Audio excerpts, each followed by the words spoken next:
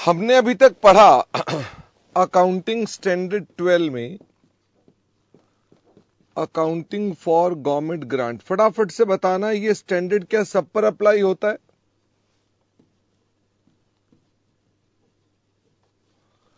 इसमें कोई एग्जम्पशन किसी को नहीं है, सब पर अप्लाई हो जाता है। ठीक है, मुझे फटाफट से ये बताओ गवर्नमेंट का क्या मतलब है? गवर्नमेंट का मतलब है कोई भी नेशनल एंड इंटरनेशनल गवर्नमेंट और गवर्नमेंट बॉडीज, कोई भी नेशनल या इंटरनेशनल गवर्नमेंट या गवर्नमेंट बॉडीज, ठीक है, वो सारी इसमें आ गई। सेंट्रल गवर्नमेंट भी आ गई, स्टेट गवर्नमेंट भी आ गई, लोकल गवर्नमेंट यानी पंचायत गवर्नमेंट वो भी इसमें आ गई। ग्रांट का क्या मतलब है? ग्रांट का मतलब है असिस्टेंस। क्या ये कैश में हो सकती है कि काइंड में भी हो सकती है? फटाफट से बताओ क्या ये कैश में होनी चाहिए या काइंड में भी हो सकती है? दोनों में हो सकती है। Whose value can be pleased, जिसकी वैल्यू है, यानी उसकी वैल्यू अगर हम कैलकुलेट करना चाहें तो वो उस इन कैश या इन काइंड वाले की वैल्यू हमको पता होती है। क्या इसमें जनरली कंडीशंस होती हैं फॉर कंप्लायंस? भाई वो कुछ कंडीशंस लगा देते हैं कि आपको ऐसे ऐसे करना पड़ेगा, तो यानी कि आमतौर पे ये कंडीशनल ग्रांट्स होती हैं।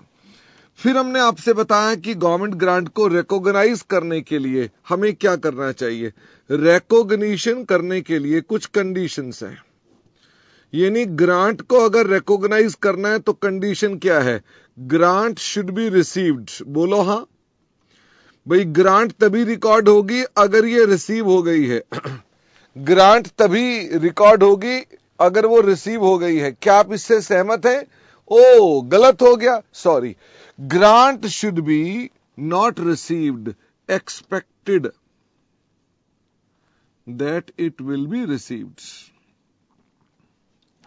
इसका मतलब हमने अगर ग्रांट रिसीव नहीं की है, क्या तब भी अकाउंटिंग की जा सकती है? मेरा सवाल आपसे यह है। हमने ग्रांट रिसीव नहीं की है, रिसीवेबल है, क्या अकाउंटिंग की जा सकती है? हां। दूसरा, अगर ग्रांट मिल सकती है तो भी एक और कंडीशन है।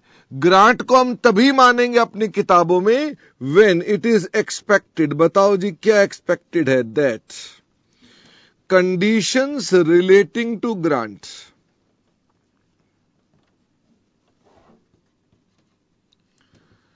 will be satisfied। यानी जब हमको लगता है कि उस ग्रांट के साथ जो कंडीशंस हैं हम वो क्या कर लेंगे? सेटिस्फाई कर लेंगे। क्या इसके लिए हमारे पास रीजनेबल एश्योरेंस होनी चाहिए? क्या हमारे पास इसके लिए रीजनेबल एश्योरेंस होनी चाहिए? इन दोनों बातों के लिए हां, लगता है कि हो जाएगा, हमें ऐसा लगता है। ग्रांट कितने प्रकार की हो सकती है? तो ग्रांट तो साहब कई प्रकार की हो सकती है। जैसे मैंने आपसे कहा, सबसे पहले मैंने आपको बताई थी नॉन मॉनेटरी ग्रांट, जो किस में मिलती है? फटाफट से बताओ, जो किस में मिलती है? इन काइंड मिलती है। इसके अंदर आपको क्या मिल जाता है? इसमें आपको मिल जाता है एक एसेट्स।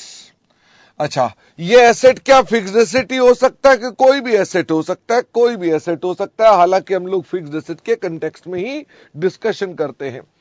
मुझे ये बताओ, वैसे अगर मैं आपसे पूछूं जिसकी नो कॉस्ट है, क्या वो रिकॉर्ड होना चाहिए? भाई जिसकी कोई कॉस्ट नहीं है, क्या उसकी रिकॉर्डिंग होनी चाहिए? तो कायदे से तो नहीं होनी चाहिए, क्योंकि जिसकी कॉस्ट ही नहीं है वो नहीं होनी चाहिए। पर AS 12 कहता है इसे रिकॉर्ड कर दो। कितने पे रिकॉर्ड कर दो? फटाफट से बताओ, कितने पे रिकॉर्ड कर दो? Nominal value. क्या आप समझ पा रहे हैं? इसका मतलब वैसे बताओ, एज पर कायदे कानून क्या ये रिकॉर्ड होनी भी चाहिए? रिकॉर्ड होनी ही नहीं चाहिए, जीरो पर होनी चाहिए। तो कल जो बच्चे झगड़ा कर रहे थे कि सर 1 रुपया कम है, थोड़ा ज्यादा, तो मैं कहता हूं भाई साहब 1 रुपया भी ज्यादा है, होनी ही नहीं चाहिए। फिर भी हम रिकॉर्ड करते हैं नॉमिनल वैल्यू। नॉमिनल वैल्यू मतलब स्मॉल वैल्यू। स्मॉल वैल्यू को आपने कहीं पर भी एएस ने डिफाइन नहीं किया है, हम उसे 1 रुपया लेते हैं, बट ये कुछ और भी लिया जा सकता है। हम अगर ये रिकॉर्ड नहीं होनी चाहिए फिर भी रिकॉर्ड क्यों कर रहे हैं? अगर ये होनी नहीं चाहिए तो फिर हम क्यों कर रहे हैं? Why? Because we want to show disclose. हम उसका डिस्क्लोजर करना चाहते हैं इन बैलेंस शीट्स, और यही एकमात्र तरीका है उस एसेट को बैलेंस शीट में लाने के लिए। मुझे ये बताओ, ऐसे एसेट्स को क्या हम लेटर ऑन डेप्रिशिएट करेंगे? तो मैंने कहा डू नॉट डेप्रिशिएट, इधर लिख दूं, डू नॉट डेप्रिशिएट। हम उन एसेट्स को डेप्रिशिएट नहीं करेंगे। उसका क्रेडिट कहां देंगे? अगर एसेट को डेबिट करेंगे तो कहीं ना कहीं क्रेडिट भी तो देना पड़ेगा। उसका क्रेडिट कहां देंगे? उसका credit will be given to capital reserve. Capital reserve एक ऐसा रिजर्व है जो आपका प्रॉफिट एंड लॉस है। बताओ, क्या कैपिटल रिजर्व आपका प्रॉफिट एंड लॉस है? नहीं, ये एक यूनिक किस्म का रिजर्व होता है जो नॉन यूजेबल होता है, यानी कि इस रिजर्व के इस्तेमाल बड़े लिमिटेड होते हैं, कहीं कहीं पर होते हैं, कहीं कहीं पर नहीं होते। तो यानी ये वो रिजर्व्स हैं जो किस जैसे होते हैं? फटाफट से बताओ, रिजर्व जो किस जैसे होते हैं? जो कैपिटल जैसे होते हैं, इनका इस्तेमाल लिमिटेड होता है। अगर मान लीजिए कभी ये ग्रांट रिफंड करनी पड़ जाए, मतलब सरकार आपसे कहे हमारा एसेट लौटा दो, मेरा वो सामान लौटा दो, ऐसा गाना भी है ना हिंदी में, मेरा वो सामान लौटा दो। तो अगर मान लो ये सामान सरकार मांग ले वापस, तो एंट्री क्या बनेगी? एंट्री बनेगी capital reserve account debit to assets. क्या ये भी 1 रुपए से आएगा? ऑफ कोर्स, अगर ऊपर 1 रुपया लिखा है तो ये भी 1 से आएगा, अगर ऊपर 100 लिखा है तो ये भी 100 से आएगा। ओके, ये आपके पास एक एस्पेक्ट है, इस पर इंस्टीट्यूट ज्यादा सवाल नहीं पूछता है। फिर हमने कहा दूसरी ग्रांट होती है प्रमोटर्स कंट्रीब्यूशन ग्रांट। अगर ये लिखा मिल जाए तो बड़ी अच्छी बात है। क्या इसको वो कई बार नोटिफाइड एरिया ग्रांट भी बोल देते हैं? वो कहते हैं ये नोटिफाइड एरिया ग्रांट है। हां, ध्रुव ने कहा क्या बैकवर्ड भी बोल सकते हैं? लो, बैकवर्ड एरिया ग्रांट बोल देते हैं। ठीक है ध्रुव, ये भी इसको कह सकते हैं। क्या इसका एक और भी तरीका है? ये क्या हुआ?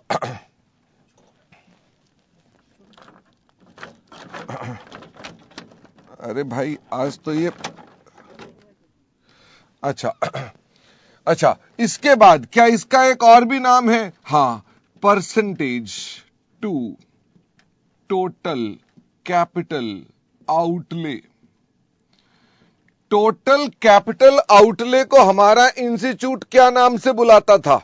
हमने 2-3 सवाल किए थे ना, एक्चुअल नाम तो टोटल कैपिटल आउटले है, पर हमारा इंस्टीट्यूट इसे क्या बोल देता था? इन्वेस्टमेंट। ओके, तो 1-2 क्वेश्चन हमने किए थे, वो कहता था परसेंटेज ऑफ इन्वेस्टमेंट की ग्रांट मिलती है। मुझे ये बताइए, इस ग्रांट के अंदर कुछ खासियतें होती हैं। नंबर 1, इस ग्रांट से नो डिविडेंड। क्या हम डिविडेंड डिस्ट्रीब्यूशन कर सकते हैं? The answer is no. क्या हम इससे अपना प्रॉफिट एंड लॉस डाल सकते हैं? Can't be transfer to profit and loss to increase profits. हम प्रॉफिट को बढ़ाने के लिए ऐसा नहीं कर सकते। Can't be transferred to profit and loss to decrease losses. Losses को घटाने के लिए भी आप ऐसा नहीं कर सकते। मुझे बताइए, ऐसी ग्रांट को ट्रांसफर कहां किया जाएगा? It will be transfer to. इसको कहां ट्रांसफर कर दिया जाएगा?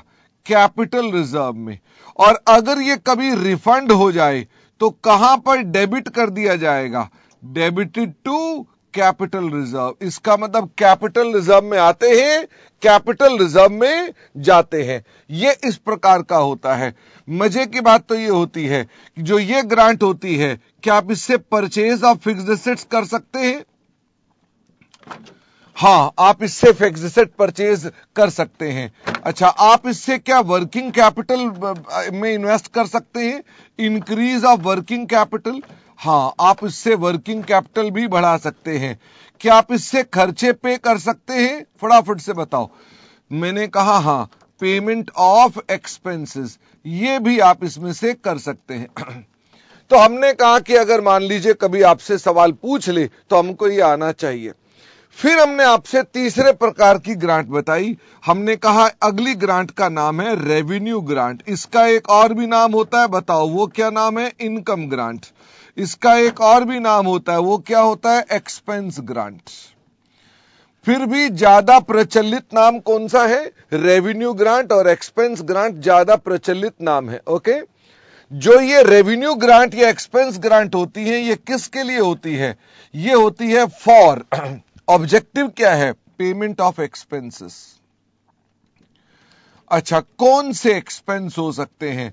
मुझे बताओ। जैसे सैलरी की पेमेंट के लिए हो सकता है, कोई एनुअल फंक्शन के लिए हो सकता है, ठीक है, कोई बच्चों की डेवलपमेंट के लिए खर्चा हो सकता है, कोई मेडिकल फैसिलिटीज के लिए हो सकता है। क्या इसकी कोई सीमा हो सकती है कि यहां तो बहुत कुछ हो सकता है? Answer is yes. हाँ, पेमेंट ऑफ एक्सपेंस भी कर सकते हैं, इस ग्रांट से खर्चे पे कर सकते हैं, लेकिन ध्यान रखना ग्रांट कहां जाएगी? कैपिटल रिजर्व में जाएगी। ओके, अच्छा, लेकिन जो रेवेन्यू ग्रांट होती है, ये कहीं पर भी खर्च हो सकती है जिसके लिए आती है। हमने कहा इसके लिए हमें क्या करना चाहिए? हम पहले अपने पास जब इसको रिसीव करते हैं तो एंट्री क्या बनाते हैं? हम जब ग्रांट को रिसीव करते हैं तो हम डेफर्ड ग्रांट या डेफर्ड लायबिलिटी नाम से क्या बना देते हैं? डेफर्ड इनकम नाम से क्या बना देते हैं? लायबिलिटी बना देते हैं। तो डेफर्ड ग्रांट अगर मान लो कभी बैलेंस शीट में लिखनी पड़ जाए तो ये करंट लायबिलिटी बन जाएगी। और करंट लायबिलिटी में भी कौन सी लायबिलिटी? अदर करंट लायबिलिटी बन जाएगी, अगर कभी बैलेंस शीट में लिखनी पड़ जाए। जब हम खर्चा कर देते हैं, तो जब हमने खर्चा कर दिया तो एंट्री हो गई expense account debit to bank. जो भी आपका एक्चुअल एक्सपेंस था, कम था कि ज्यादा था, उससे कोई दिक्कत नहीं है। लेकिन जब आपने खर्चा कर दिया तो डेफर्ड ग्रांट की लायबिलिटी कहां चली जाएगी? डेफर्ड ग्रांट की जो लायबिलिटी थी वो हट जाएगी। और ये कहां चली जाएगी? आपके पास दो मेथड्स हैं, या तो ये एक्सपेंस में क्रेडिट हो जाएगी, या फिर ये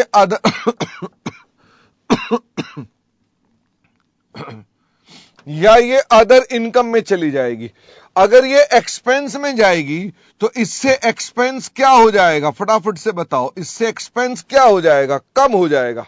भाई आपने यहां डेबिट किया था, ये क्रेडिट हो गया।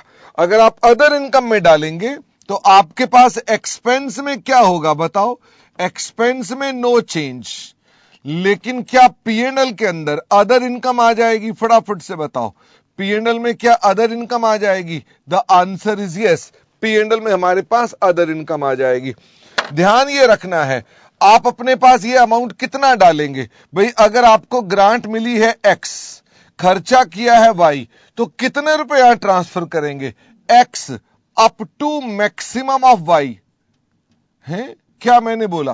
भाई अगर आपने एक्स ट्रांसफर किया है, एक्स लिया था, वाई खर्च किया है, तो क्या एक्स को ही आपने यहां क्रेडिट करना है? The answer is yes. लेकिन अगर वाई हमारे पास है और वाई हमारे पास क्या हो गया है? वाई छोटा अमाउंट है, इसका मतलब ये हो गया, बच्चे ने कहा इसे लोअर लिख सकते हैं, ये लो एक्स और Y whichever is lower. आपको आपकी भाषा में बता दिया कि एक्स और Y whichever is lower, हम उतने रुपए इसके अंदर ट्रांसफर कर देंगे। मुझे ये बताओ, कभी ना कभी ये ग्रांट भी रिफंड हो सकती है। अगर ये ग्रांट रिफंड हो जाती है तो मुझे फटाफट से बताओ, आप उस रिफंड का क्या करेंगे? सबसे पहले किसे डेबिट करेंगे? Deferred grant if available. If available का मतलब क्या है?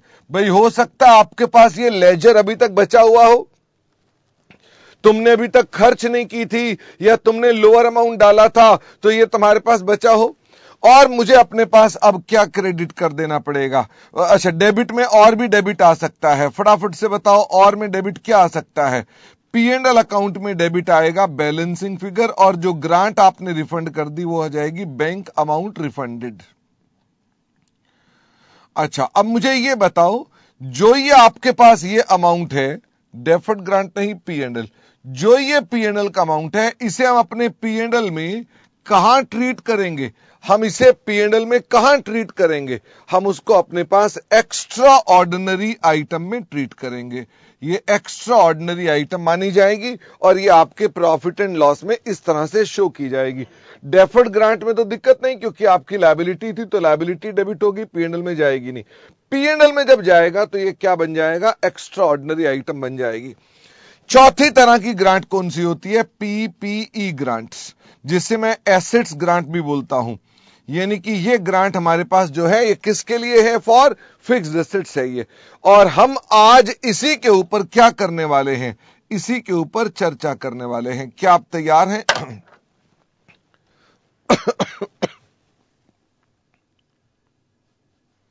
इसका माउस नहीं चल रहा।